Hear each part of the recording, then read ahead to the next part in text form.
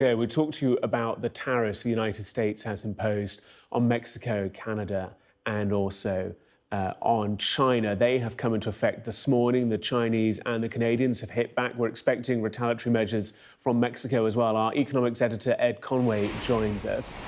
Ed, just talk us through what's happened in the last few hours and also these reciprocal tariffs that have also been in place against the US. Well, so the US obviously, when Donald Trump came in, said he wanted to impose tariffs on Canada and on Mexico, 25% tariffs. They weren't implemented immediately. There was obviously, you'll remember he was talking about this partly being in relation to imports of opioids, so drugs, into the US from those countries.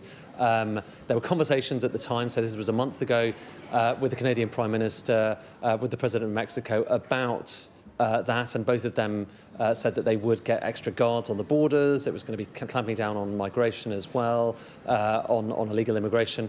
And essentially the tariffs were put off by a month. But now that month has kind of elapsed, and Donald Trump has said that those tariffs will be implemented, and as far as we know, they have been imposed now. So right now they have come into operation in the US.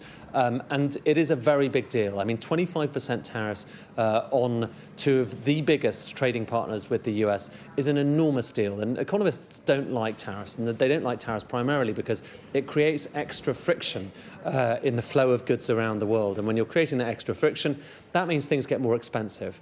And so the expectation is this would push up inflation in the US. It would push down growth, so you have weaker economic growth. Why is the US doing it? Well, in part, it's because Donald Trump says he wants to bring back production into the US, and he's said that he potentially will have tariffs on France. So there's the president of France talking to him just last week. He said that he might well have reciprocal tariffs, as they're known. So any tariff, basically kind of raising the level of tariffs, so they're high at the same level as those tariffs faced by the US, or the trade barriers faced by the US with other countries. So he says there's more to come.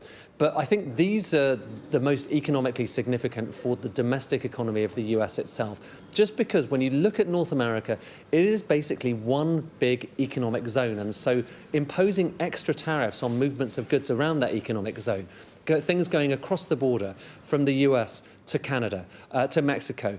If you're thinking about making a car, the components that go into that car, whether it's assembled eventually in America or assembled in Canada or in Mexico, a lot of the different parts and components and metals cross the border numerous times before that car is finished. In a sense, the analogy here is Brexit. Remember when Brexit happened, a lot of people talking about what that would mean for the UK and for trade. We had these big kind of supply chains that bestrode the entire continent. The same thing is happening now in the US, except we never imposed tariffs during Brexit. We had custom checks, but no tariffs. Tariffs being imposed in America is a very big economic deal indeed.